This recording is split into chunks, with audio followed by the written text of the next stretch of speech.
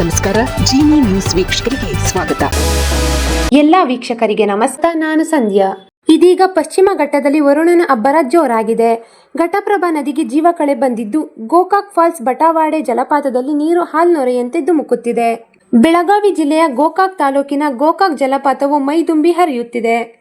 ಮಳೆ ಹೆಚ್ಚಾದ ಹಿನ್ನೆಲೆ ದೃಶ್ಯ ವೈಭವವೇ ಸೃಷ್ಟಿಯಾಗಿದ್ದು, 171 ಅಡಿ ಮೇಲಿನಿಂದ ನೀರು ಹಾಲ್ನೊರೆಯಂತೆ ಧುಮುಕುತ್ತಿರುವ ದೃಶ್ಯ ಕಣ್ಮನ ಸೆಳೆಯುತ್ತಿದೆ.